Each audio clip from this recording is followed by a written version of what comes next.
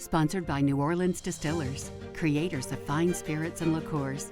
Through dedication to science, art, and passion, blends of tradition and flavor emerge. For you, always locally crafted. New Orleans Distillers, classically Southern. This week on Wall Street Wrap-Up, the government runs out of money at midnight tonight, so Congress passes an extension.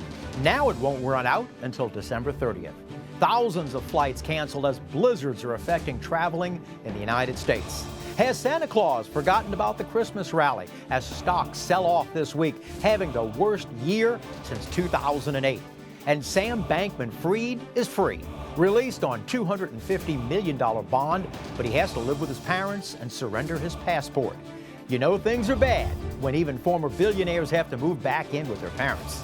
I'm Andre Laborde. We've got these stories and more on this Christmas weekend. It's Friday, and that means it's time for Wall Street Wrap-Up.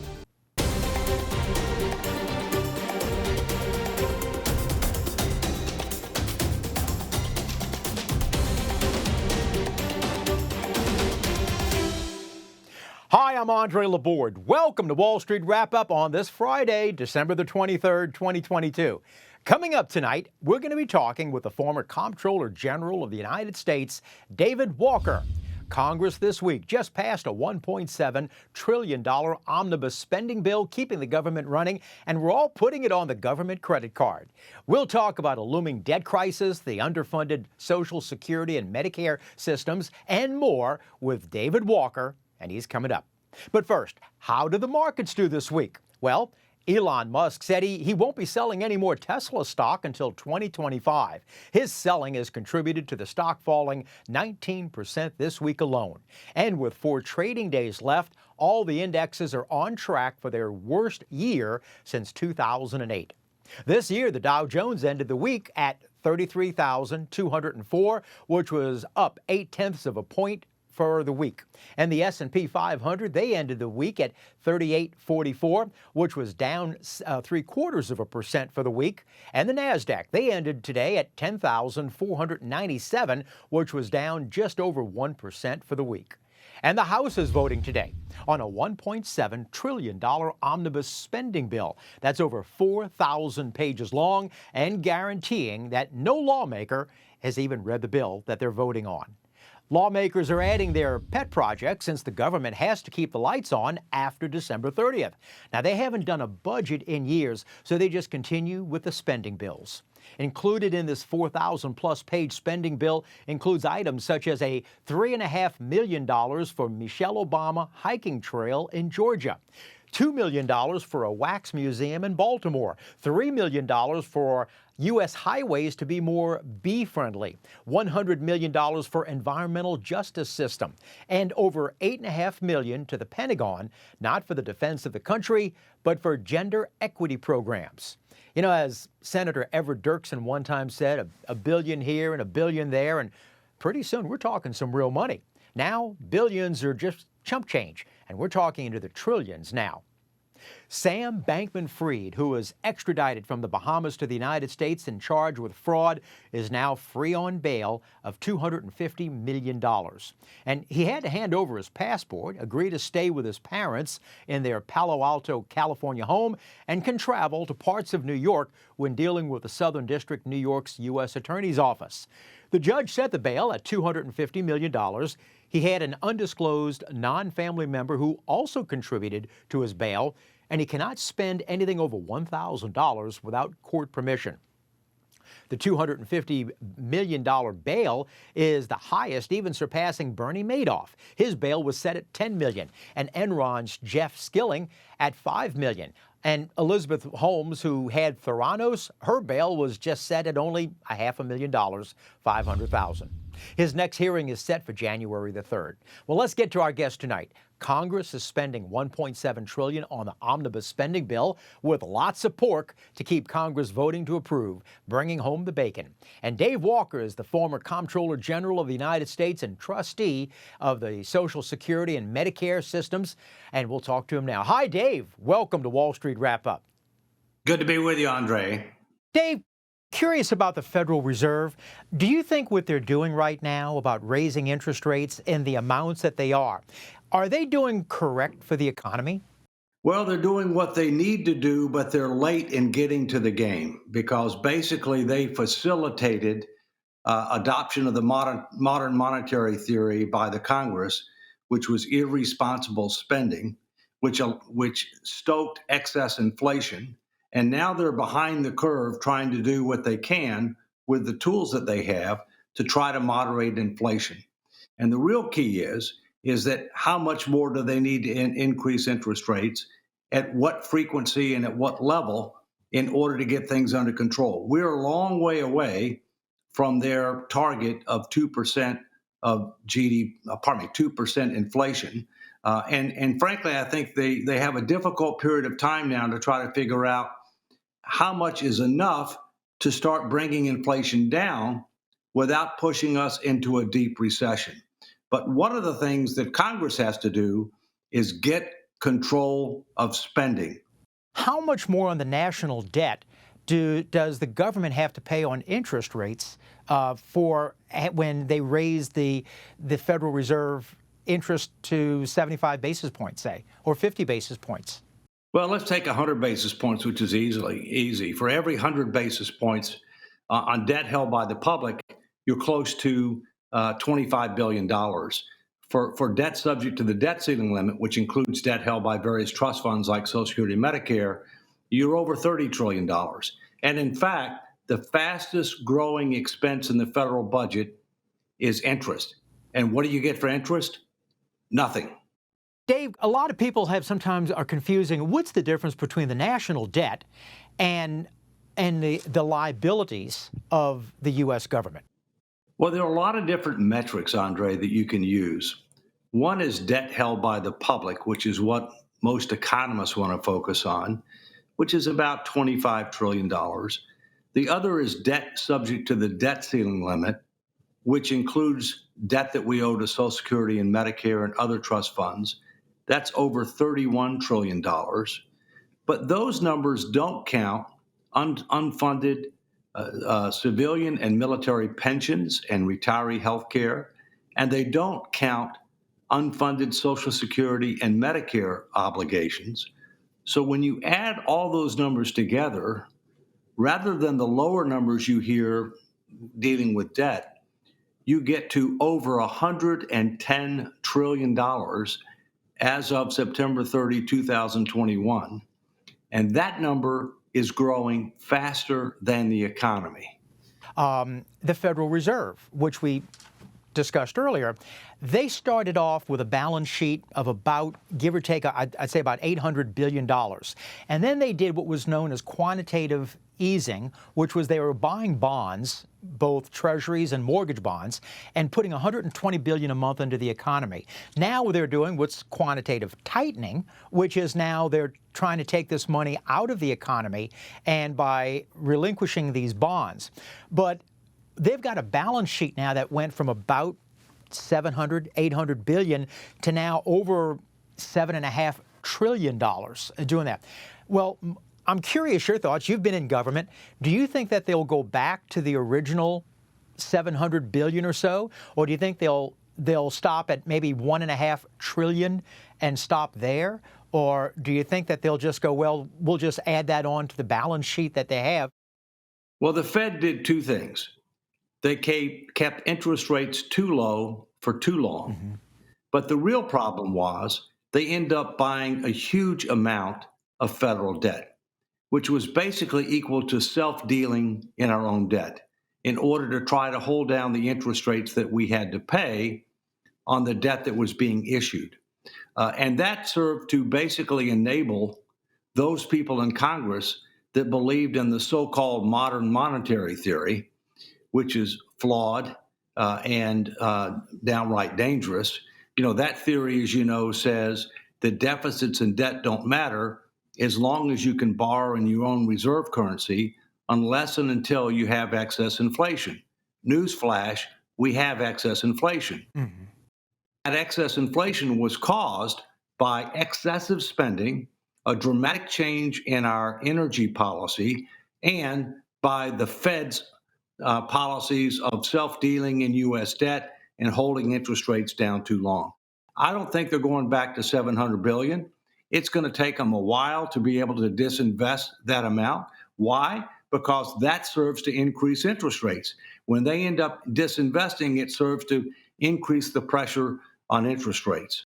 The modern monetary theory, which is just basically we'll just keep the printing presses rolling as long as what you were mentioning, the going of a 2% inflation rate, and keep growing the economy. Well, the economy, if we go into a recession in 2023, as many are thinking we may do so, this, I would assume, blows a hole right in that modern monetary theory. Well, what blew the hole in the theory of the modern monetary theory was it was it was contrary to history. Mm-hmm. It was contrary to long established economic principles.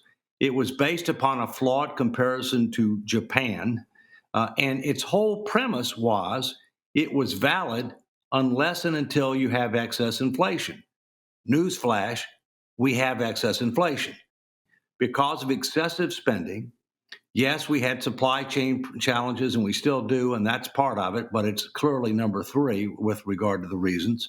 And because of the Fed's action that, in effect, served to enable irresponsible spending by monetizing a lot of that excessive spending by buying trillions of dollars of federal debt. You were at one time, I mean, you held many positions in the federal government, and one of them, and I hope I'm getting the position correctly, but it's the Pension Benefit Guarantee Corporation, and you had touched upon it with Social Security. At one time in 1935 or 1936, when Roosevelt started, there were maybe something like 20 workers for every retiree. Are we now having to pay out more than we're taking in when it comes to the Social Security system? Well, when I was born in 1951, there were 16 people paying into Social Security for every person drawing benefits out. Now it's about 3-to-1, and it's going down to 2-to-1 within the next 10 years. Mm-hmm. And the combined Social Security Trust Fund, meaning the survivor's income and the disability income trust fund, is expected to become exhausted in 2035. Now, when I say exhausted, it doesn't mean that they don't have any money at all. It just means there's a gap between how much in revenues they're getting in and they're supposed to pay out. That gap is about 22%. Historically, Congress has not acted until they have to act. And in 1983, they acted because it was within weeks of the so-called trust fund going down to zero. And believe me, it's not politically acceptable to have tens of millions of Americans have their benefits cut by double digits. And so we need to reform it. Hopefully we'll reform it sooner rather than later, because the sooner we do it, the less changes we have to make, the more transition time, and the better ability people have to plan for their retirement. I remember many years ago, there was a congressman, and I want to say he was from Florida. His name was Claude Pepper. And if you mention the name Social Security, even in the word, and if you use the word cut and Social Security in the same sentence, okay, he would be on every show, every Sunday morning show talking about, and it basically put a fear in every politician that you don't even talk about Social Security, of touching that. Well, of course, as you're saying, and now we're kicking the can down the road so much, and the more we kick it down the road, the harder it's getting. How would you correct the problem that we have right now? Would it be increasing the age of retirement? Would it be increasing the percentage of, I think it's the employee pays 7.5% and the employer pays 7.5%? How would you fix this?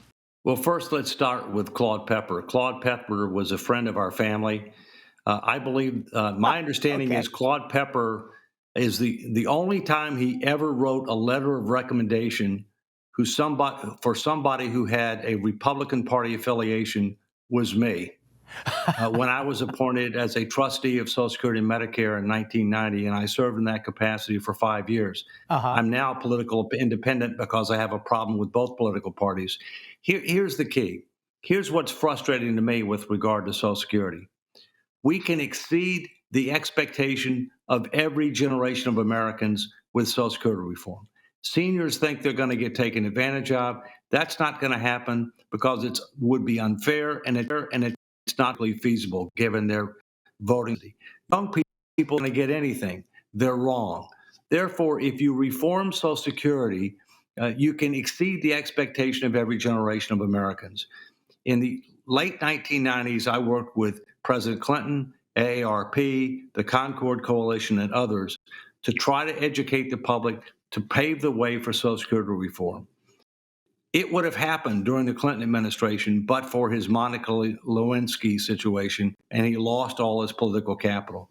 The framework for those reforms are still valid today. The only difference is you have to make bigger changes quicker because the hole has gotten deeper.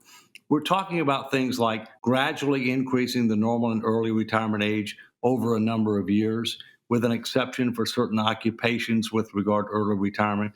We're talking about significantly raising the taxable wage-based cap as they did in '83, but not eliminating it.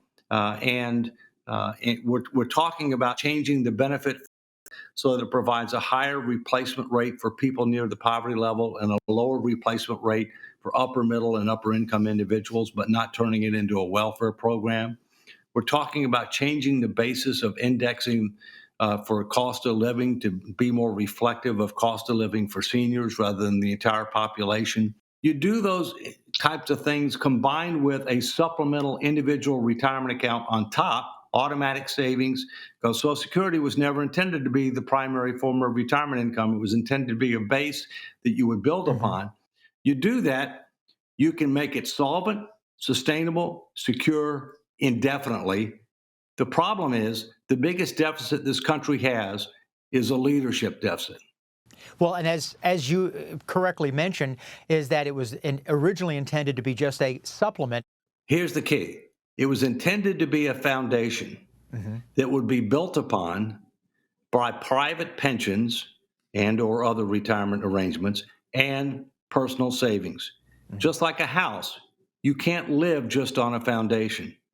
You need a structure above that foundation. The problem is in America, we have a very low savings rate. And therefore, we need to think about how we can not just make Social Security solvent, sustainable, secure indefinitely, considering the demographic trends that you and I talked about, but also what can we do to increase savings to recognize that Social Security was never intended to be the sole form of retirement income and to increase our overall savings rate. We're so happy to have David Walker. Dave is former Comptroller General of the United States. We're going to be right back.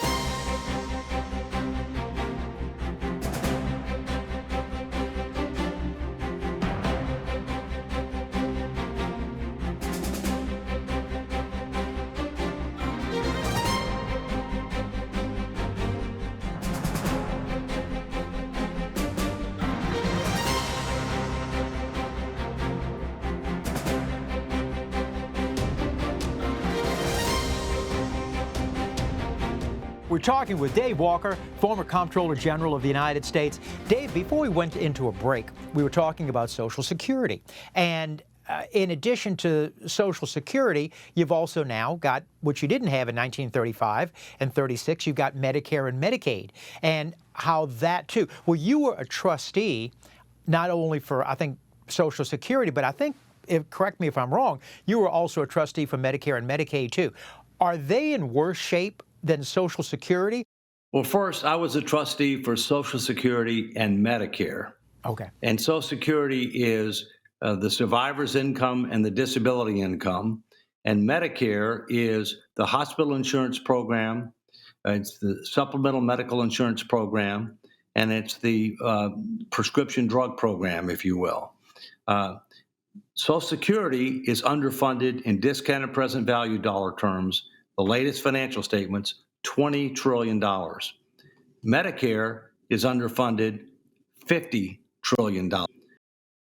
And of that $50 trillion, only $5 trillion is associated with the hospital program. Medicaid is a different program for the poor. It is not treated in the same way as Social Security and Medicare. It doesn't have a separate trust fund. It is, however, part of mandatory spending. And mandatory spending is now over 71% of the budget. So Dave, with Medicare and with Social Security, you were talking a little bit earlier about about government leadership. And as we know, we just recently had a midterm election where CEOs and people in the private sector may think long-term when they're trying to see where their business is going. A lot of public officials, government, and I'm talking about elected officials, they just think in every 2-year blocks because the next election. So if you mention the word Social Security, and now I'll bring up the word Medicare, the other side is going to go, they're trying to cut. And I remember for the midterm elections, right before the election, they were saying how if you voted for the Republicans, they're going to cut your Social Security. So whatever the case, is it just a fear that that government officials don't want to even touch it and just kick the can down the road? It's a bunch of demagoguery. Mm-hmm.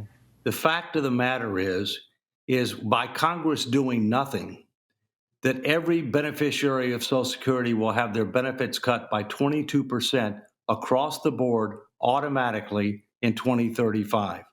They are very adept at doing nothing. It is totally imprudent not to reform this program as well as Medicare to make it solvent, sustainable, and secure.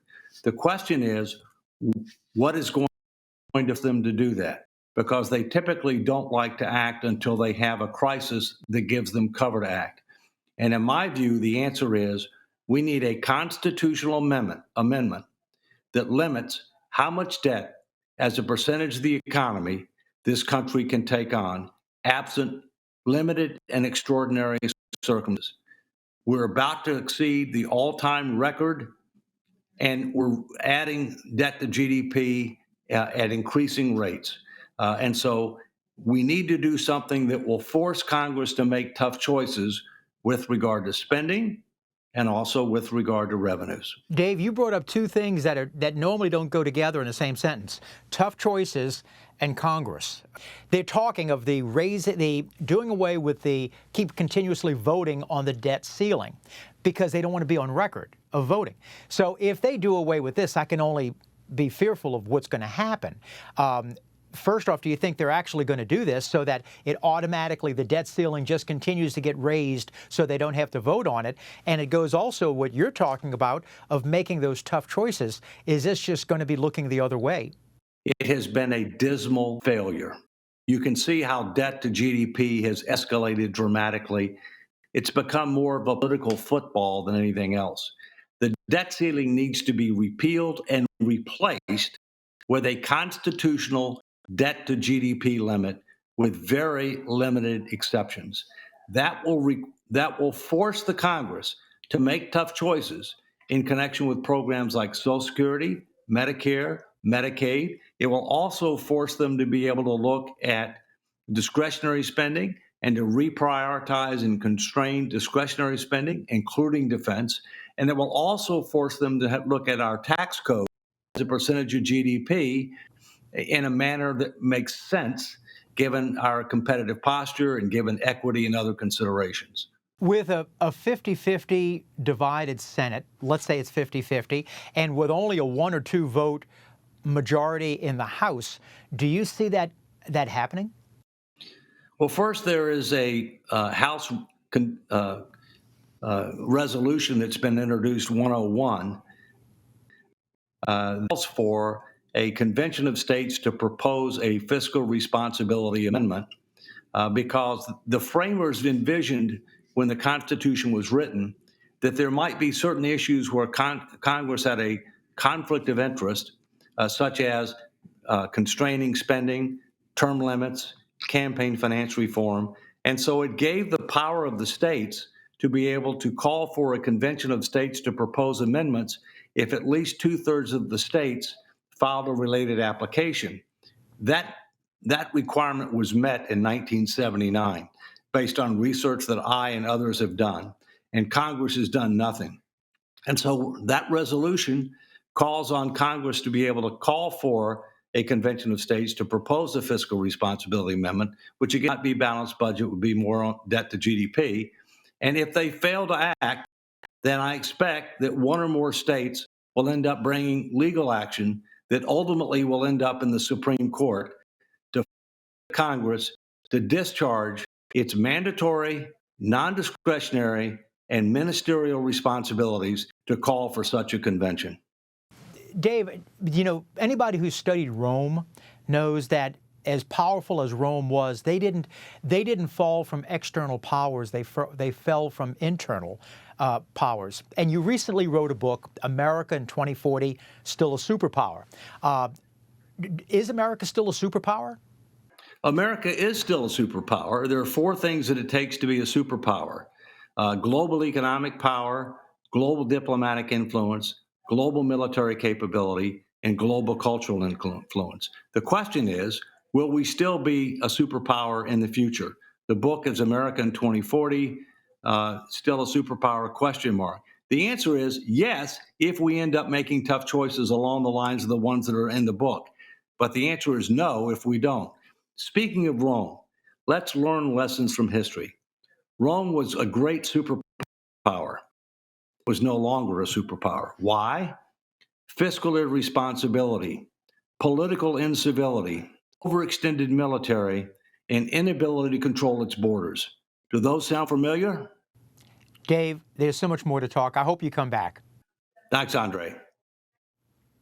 Thanks a lot, Dave. We appreciate having you. Well, if you have a question about finance or a comment about the show, we would love to hear from you. Make it pithy, make it concise, and write us at andre@wallstreetwrapup.info. Now let's look ahead for market information for next week. But first, in 1913, Congress created what system on this day today to monitor the nation's banks and modulate the money supply? We've got the answer in just a moment.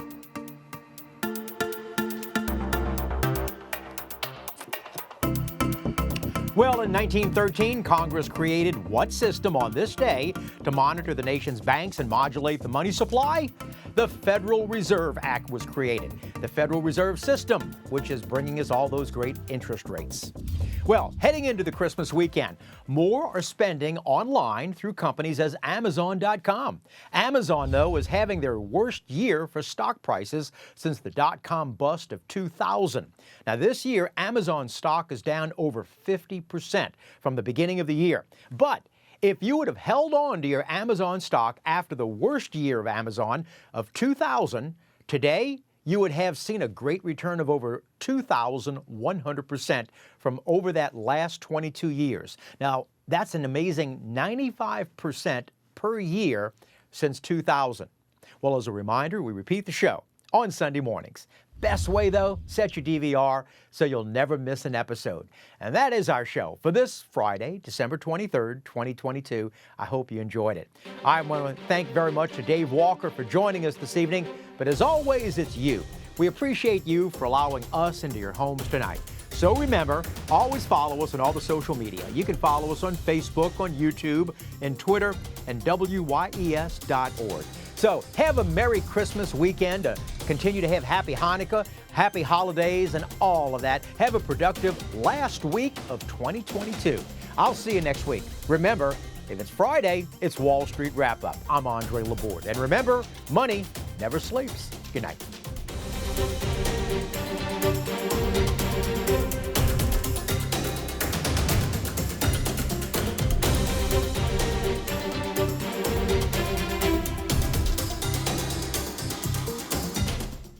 Sponsored by New Orleans Distillers, creators of fine spirits and liqueurs.